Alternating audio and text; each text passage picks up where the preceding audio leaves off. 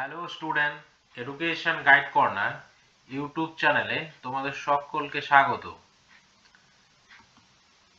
আজকে আমি যে টপিকটি নিয়ে আলোচনা করব সেই টপিকটি হলো types of social group, meaning, characteristics and importance of primary and secondary group. সামাজিক গোষ্ঠীর শ্রেণীবিভাগ, প্রাথমিক এবং গৌণ গোষ্ঠীর অর্থ, বৈশিষ্ট্য এবং শিক্ষাক্ষেত্রে গুরুত্ব। প্রথমেই আমরা সামাজিক গোষ্ঠীর শ্রেণীবিভাগ সম্পর্কে জানব। Types of social group. গোষ্ঠীর সদস্যদের পারস্পরিক সম্পর্কের গভীরতার ভিত্তিতে মার্কিন সমাজতাত্ত্বিক কুলি দুই প্রকার সামাজিক গোষ্ঠীর কথা বলেন: প্রাথমিক গোষ্ঠী বা প্রাইমারি গ্রুপ, অন্যান্য গোষ্ঠী বা আদার্স গ্রুপ। পরবর্তীকালে ম্যাকাইভার এবং পেজ প্রমুখ সমাজবিদ অন্যান্য গোষ্ঠীকে গৌণ গোষ্ঠী রূপে অভিহিত করেন। গোষ্ঠী অন্তর্গত সদস্যদের সম্পর্কের ভিত্তিতে গোষ্ঠীর শ্রেণীবিভাগটির নিম্নরূপ: 1 নম্বর প্রাথমিক গোষ্ঠী বা প্রাইমারি গ্রুপ, 2 নম্বর গৌণ গোষ্ঠী বা সেকেন্ডারি গ্রুপ। তো এবার আমরা প্রাথমিক গোষ্ঠীর অর্থ সম্পর্কে জানব, অর্থাৎ প্রাথমিক গোষ্ঠী কাকে বলে। যে গোষ্ঠীর সদস্যদের মধ্যে প্রত্যক্ষ ও মুখোমুখি সম্পর্ক থাকে এবং যে গোষ্ঠীর সদস্য সংখ্যা কম তাকেই প্রাথমিক গোষ্ঠী বলে। উদাহরণ: পরিবার, শ্রেণীকক্ষ ইত্যাদি। বিশিষ্ট সমাজবিদ কুলি বলেছেন, প্রাথমিক গোষ্ঠী বলতে আমি বুঝি মুখোমুখি ঘনিষ্ঠ সম্পর্ক ও সহযোগিতার দ্বারা চিহ্নিত বৈশিষ্ট্যাবলীর সমন্বয়। অর্থাৎ যে গোষ্ঠীর সদস্যদের মধ্যে মুখোমুখি ঘনিষ্ঠ সম্পর্ক থাকবে এবং সহযোগিতা ভাব থাকবে সেই গোষ্ঠীকেই কুলি প্রাথমিক গোষ্ঠী বলেছেন। আবার সমাজতাত্ত্বিক ম্যাকাইভার বলেছেন, প্রাথমিক গোষ্ঠীগুলো মানব প্রকৃতির নার্সারি। এরপরে আমরা প্রাথমিক গোষ্ঠীর বৈশিষ্ট্য সম্পর্কে জানব। এই প্রাথমিক গোষ্ঠীর বৈশিষ্ট্যগুলি হল: 1 নম্বর দৈহিক নৈকট্য। দৈহিক নৈকট্য প্রাথমিক গোষ্ঠীর একটি প্রধান বৈশিষ্ট্য। দৈহিক নৈকট্যের ফলে গোষ্ঠীর সদস্যদের মধ্যে এক আত্মীয়তার মনোভাব গড়ে ওঠে। এই দৈহিক নৈকট্যতা বলতে বোঝায় প্রাথমিক গোষ্ঠীর যে সদস্যগুলো থাকে সেই সদস্যদের মধ্যে একটা নিগুড় সম্পর্ক বা গভীর আত্মীয়তার সম্পর্ক থাকে। 2 নম্বর পয়েন্ট, গোষ্ঠীর ক্ষুদ্র আয়তন। অল্প সংখ্যক সদস্য ও ক্ষুদ্র আয়তন প্রাথমিক গোষ্ঠীর আর একটি বৈশিষ্ট্য। তো প্রাথমিক গোষ্ঠীর সদস্য সংখ্যা কম থাকবে এবং আয়তনে ক্ষুদ্র হবে। 3 নম্বর, উদ্দেশ্যের অভিন্নতা। প্রাথমিক গোষ্ঠীর বৈশিষ্ট্য হল সদস্যদের উদ্দেশ্য মোটামুটি এক ও অভিন্ন। ডেভিসের মতে সদস্যদের উদ্দেশ্যের অভিন্নতা গোষ্ঠীর মধ্যে ব্যক্তিত্বের এক মনস্তাত্ত্বিক সমাহার তৈরি করে। অর্থাৎ প্রাথমিক গোষ্ঠীর আমরা এক কথায় বলতে পারি সদস্যদের প্রত্যেকের উদ্দেশ্যের মধ্যে একটা মিল থাকবে। 4 নম্বর পয়েন্ট, সম্পর্কের অভ্যন্তরীণ মূল্য। প্রাথমিক গোষ্ঠীর সদস্যদের পারস্পরিক সম্পর্ক একান্তই ব্যক্তিভিত্তিক হয়।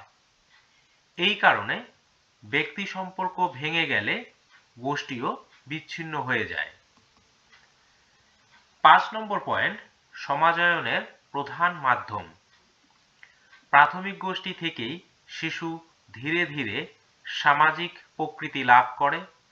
শিশু প্রাথমিক সমাজ চেতনার বা চেতনায় উদ্বুদ্ধ হয় পরিবারের মাধ্যমেই।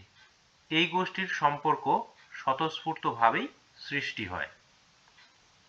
অর্থাৎ প্রাথমিক গোষ্ঠীর মাধ্যমেই শিশু যে সামাজিক আচার আচরণগুলো আছে বা সমাজ চেতনার জন্য যে যে বিষয়গুলোর প্রয়োজন সেগুলো সম্পর্কে জানতে পারে।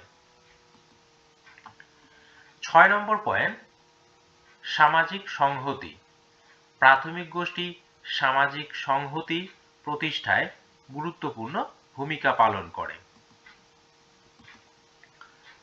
7 নম্বর পয়েন্ট, গণতান্ত্রিক মূল্যবোধ গঠন। প্রাথমিক গোষ্ঠী ব্যক্তির মধ্যে গণতান্ত্রিক চেতনা এবং মূল্যবোধের সঞ্চার করে থাকে। দলগত অনুভূতি, দলগত মনোভাব এবং সামাজিক দৃষ্টিভঙ্গির বিকাশ ও গঠনের ক্ষেত্রে প্রাথমিক গোষ্ঠীর গুরুত্ব অসামান্য। সহযোগিতা, সহানুভূতি, ভালোবাসা, সহনশীলতা, পারস্পরিক সহায়তা, ত্যাগ প্রভৃতি সামাজিক গুণগুলি ব্যক্তি প্রাথমিক গোষ্ঠী থেকে অর্জন করে। 8 নম্বর পয়েন্ট, সামাজিক নিয়ন্ত্রণের মাধ্যম। প্রাথমিক গোষ্ঠী সামাজিক নিয়ন্ত্রণের মাধ্যম হিসাবে কাজ করে। প্রাথমিক গোষ্ঠী কেবলমাত্র তার সদস্যদের সামাজিক নিরাপত্তা প্রদান করে তা নয়, একই সঙ্গে তাদের সামাজিক আচরণ এবং সম্পর্কগুলিকে নিয়ন্ত্রণ করে থাকে। এরপরে আমরা শিক্ষাক্ষেত্রে প্রাথমিক গোষ্ঠীর গুরুত্ব বা importance of primary group in education সম্পর্কে জানব। ব্যক্তি ও সমাজ জীবন তথা শিক্ষাক্ষেত্রে প্রাথমিক গোষ্ঠীর বিভিন্ন কারণে গুরুত্বপূর্ণ। সেই গুরুত্বগুলো হলো, আমি তোমাদের 1 নম্বর 2 নম্বর করে পরপর আলোচনা করে বলছি। 1 নম্বর পয়েন্ট, সংস্কৃতির মাধ্যম। প্রাথমিক গোষ্ঠী হলো সংস্কৃতির মাধ্যম। এর মাধ্যমে ব্যক্তি সংস্কৃতিকে জানতে পারে, ব্যবহার করতে পারে এবং পরিবর্তন করতে পারে। অর্থাৎ প্রাথমিক গোষ্ঠী যে আছে সেই গোষ্ঠী সংস্কৃতির মাধ্যম হিসাবে কাজ করে এবং এই প্রাথমিক গোষ্ঠীর মাধ্যমেই সংস্কৃতির যে বিভিন্ন চাল চলন, আচার আচরণ, ব্যবহার এবং সংস্কৃতির যে পরিবর্তন সেগুলো করতে পারে। 2 নম্বর পয়েন্ট, ব্যক্তিত্ব গঠনের উপাদান। প্রাথমিক গোষ্ঠীর মাধ্যমে ব্যক্তির ব্যক্তিত্ব গঠিত হয়, কারণ ব্যক্তি প্রাথমিক গোষ্ঠীর মাধ্যমে সামাজিক আচার আচরণ, রীতিনীতি আয়ত্ত করে। 3 নম্বর পয়েন্ট, স্বতঃস্ফূর্ত বসবাস। প্রাথমিক গোষ্ঠীর সদস্যরা মুক্তভাবে একে অপরের সংস্পর্শে আসে। এই গোষ্ঠীর সদস্যরা কোনো দায়িত্ব পালনের জন্য কোনো জায়গা হতে প্রতিনিধি হিসাবে আসে না, বরং তারা স্বতঃস্ফূর্তভাবে একে অপরের সহচর্যে অবস্থান করে। এভাবে স্বতঃস্ফূর্তভাবে বসবাসের প্রয়োজনীয়তা ব্যক্তি প্রাথমিক গোষ্ঠীর মাধ্যমে অর্জন করে। 4 নম্বর পয়েন্ট, উত্তেজনার শর্ত। প্রাথমিক গোষ্ঠী ব্যক্তির মধ্যে একই উদ্দেশ্য অর্জনের উত্তেজনা সঞ্চারিত করে। ব্যক্তি উপলব্ধি করতে শেখে সে একা নয়, আরো অনেকে আছে যারা ওই একই উদ্দেশ্য অর্জনের জন্য বিনোদিত। অর্থাৎ প্রাথমিক গোষ্ঠীর যে সদস্য থাকে সে প্রত্যেকের উদ্দেশ্য এক থাকে এবং তারা দলবদ্ধভাবে সেই উদ্দেশ্য অর্জনের জন্য কাজ করে থাকে। 5 নম্বর পয়েন্ট, একত্রিত হওয়ার প্রতিক্রিয়া। প্রাথমিক গোষ্ঠী ব্যক্তিকে গোষ্ঠীর অন্যান্য সদস্যদের সঙ্গে একত্রিত হতে সাহায্য করে। একই উদ্দেশ্য অর্জনের জন্য ব্যক্তি তার গোষ্ঠী সদস্যদের সাহায্য করে থাকে। এভাবে পারস্পরিক সহযোগিতার মাধ্যমে একত্রিত হওয়ার প্রতিক্রিয়া সংগঠিত হয়। 6 নম্বর পয়েন্ট, মানসিক চাহিদা পূরণ। প্রাথমিক গোষ্ঠী ব্যক্তি নানাবিধ মানসিক চাহিদা পূরণ করে থাকে। মানসিক আনন্দ, তৃপ্তি এবং নিরাপত্তা ব্যক্তি প্রাথমিক গোষ্ঠী থেকে লাভ করে থাকে। অর্থাৎ প্রাথমিক গোষ্ঠীগুলি যে আছে, যেমন পরিবার, এই পরিবারের মাধ্যমে যে শিশু জন্মগ্রহণ করে এবং সেখানে একজন শিশু মানসিক আনন্দ, তৃপ্তি, নিরাপত্তা ইত্যাদি পেয়ে থাকে। এরপরে আমরা গৌণ গোষ্ঠীর অর্থ সম্পর্কে জানব, অর্থাৎ মিনিং অফ সেকেন্ডারি গ্রুপ। তো শুরু করা যাক। যে গোষ্ঠীর সদস্য সংখ্যা বেশি এবং সদস্যদের মধ্যে প্রত্যক্ষ যোগাযোগ কম তাকেই গৌণ গোষ্ঠী বলা হয়। উদাহরণ: রাজনৈতিক দল, রাষ্ট্র ইত্যাদি। বিশিষ্ট সমাজবিদ C.H. কুলি বলেছেন, যে গোষ্ঠীতে প্রাথমিক এবং আধা প্রাথমিক বৈশিষ্ট্যগুলি অনুপস্থিত তাকে গৌণ গোষ্ঠী বলে। সমাজবিদ অকবার্ন বলেছেন, যে গোষ্ঠীর সদস্যদের মধ্যে অন্তরঙ্গতা কম, সেই অনুযায়ী অভিজ্ঞতা আদান প্রদান হয়, তাকে গৌণ গোষ্ঠী বলে। এরপরে আমরা গৌণ গোষ্ঠীর বৈশিষ্ট্য বা ক্যারেক্টারিস্টিক্স অফ সেকেন্ডারি গ্রুপ সম্পর্কে জানব। তো এই বৈশিষ্ট্যগুলি আমি পরপর তোমাদের আলোচনা করে শোনাচ্ছি। 1 নম্বর পয়েন্ট, গৌণ গোষ্ঠীর আয়তন অপেক্ষাকৃত বৃহদাকার।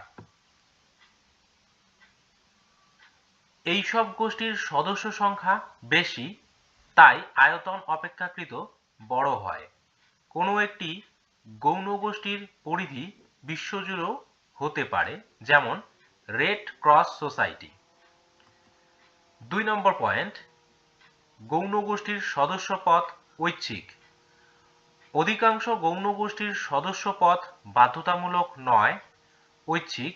রেড ক্রস সোসাইটির সদস্যপদ গ্রহণ করার জন্য কাউকে বাধ্য করা হয় না। 3 নম্বর পয়েন্ট, পদমর্যাদা ভিত্তিক সদস্যপদ। গৌণ গোষ্ঠীর সদস্যদের মর্যাদা তাদের ভূমিকার উপর নির্ভরশীল। কোনো কলেজের ছাত্র সংসদের সম্পাদকের মর্যাদা নির্ভর করে সংসদে তার ভূমিকার উপর। 4 নম্বর পয়েন্ট, বিশেষ উদ্দেশ্য নির্ভর।